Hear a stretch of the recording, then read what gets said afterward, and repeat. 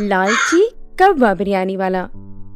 اپنے بابا کے انتقال کے بعد زہیب نے اپنے بابا کی چکن بریانی کی شاپ سنبھال لی تھی۔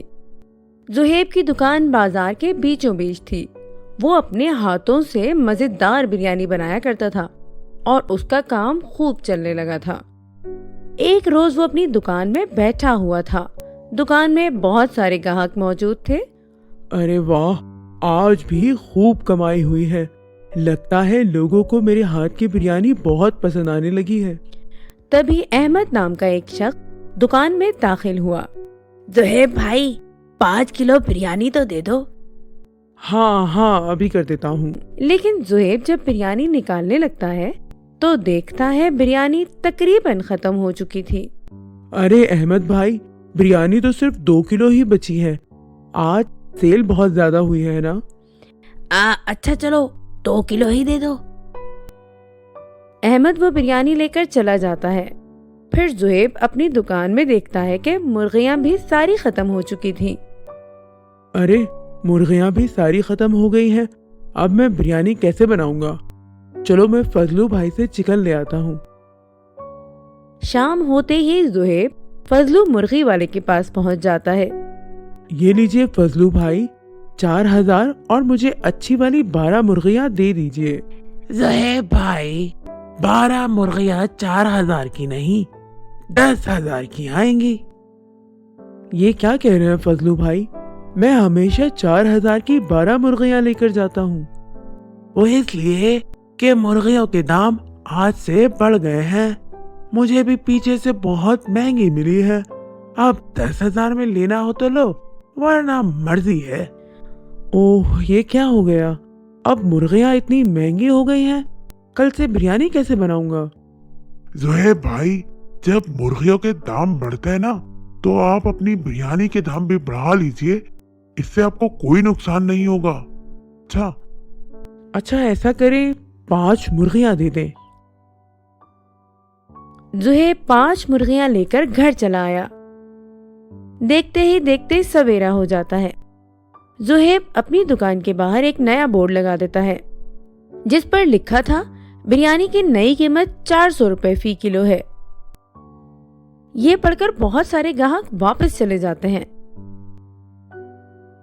یہ دیکھ کر زہیب بہت پریشان ہو جاتا ہے۔ شام تک اس کی دکان پر کوئی گاہک ہی نہیں آتا۔ ارے یہ کیا، آج تو میری دکان پر ایک بھی گاہک نہیں آیا، اس طرح تو میرا بہت نقصان ہو جائے گا۔ تبھی وہاں سے احمد بھائی کا گزر ہوتا ہے، لیکن بریانی کی قیمت دیکھ کر وہ بھی واپس پلٹ جاتے ہیں۔ ارے احمد بھائی، بریانی نہیں کھائیں گے کیا؟ آپ نے اچانک سے بریانی کی قیمت اتنی بڑھا دی، اتنی مہنگی بریانی کوئی کیسے کھائے گا؟ احمد بھائی، چکن کی قیمت بڑھ گئی ہے، جس کی وجہ سے مجھے مجبوراً بریانی کی قیمت بڑھانی پڑی۔ اتنی مہنگی بریانی، باپ رے، میں تو نہیں کھا سکتا۔ یہ کہہ کر احمد وہاں سے چلا جاتا ہے۔ 2 دن گزر جاتے ہیں، لیکن زہیب کی دکان پر کوئی گاہک نہیں آتا۔ اس کی ساری بریانی خراب ہونے لگتی ہے اور اس میں سے بدبو بھی آنے لگتی ہے۔ ارے یہ کیا ہو رہا ہے؟ پہلے اس دکان میں اتنا رش رہتا تھا اور اب ایک بھی گاہک نہیں ہے۔ اب یہ بریانی تو خراب ہو گئی ہے، اسے باہر پھینکنا پڑے گا۔ وہ دکھی ہو کر بریانی اٹھاتا ہے اور باہر ایک سنسان جگہ پر وہ ساری بریانی پھینک دیتا ہے۔ بریانی پھینکتے ہی وہاں بہت سارے کوے آ جاتے ہیں اور بریانی کھانے لگتے ہیں۔ ارے اتنے سارے کوے! مرغیوں سے زیادہ تو ان کی تعداد ہو گئی ہے۔ کیوں نہ ان کی آبادی کو کم کر دیا جائے؟ کیوں نہ میں بھی کوا بریانی بنا کر بیچوں؟ چکن بریانی تو اب میری استطاعت سے باہر ہے بھائی۔ بریانی میں آدھی چکن ہوگی اور آدھا کوا، اس سے کسی کو پتہ بھی نہیں چلے گا۔ ہاں، یہ ٹھیک رہے گا۔ اپنے دل میں یہ شیطانی خیال لے کر زہیب کچھ کوے پکڑ کر ذبح کر لیتا ہے۔ پھر فضلو سے 2 کلو چکن لا کر 8 کوے اس میں ملا کر بریانی بنا لیتا ہے اور بریانی کو اس کی پرانی قیمت پر واپس بیچنے لگتا ہے۔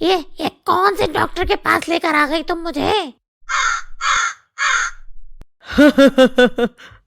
آپ کی آواز تو بالکل کوے کی طرح نکل رہی ہے، ایسا لگ رہا ہے جیسے میں کسی کوے سے بات کر رہا ہوں۔ ڈاکٹر صاحب ہنسنا بند کیجیے، میرے شوہر کا علاج کیجیے، ڈاکٹر احمد سے منہ کھولنے کے لیے کہتا ہے۔ تھوڑا اور منہ کھولیں۔ ارے کتنا منہ کھولوں؟ کیا منہ کے اندر بیٹھ جائیں گے آپ؟ ارے باپ رے، کیا ہوا ڈاکٹر صاحب؟ ان کے گلے میں تو کوا اٹکا ہوا ہے، کوا بریانی کھائی ہے تو گلے میں کوا ہی ہوگا نا، کوئی چڑیا تو ہوگی نہیں۔ ارے تو آپ ان کا علاج کیجیے نا۔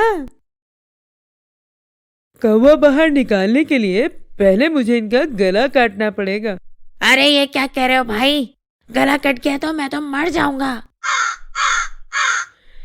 گلا تو کاٹنا ہی پڑے گا۔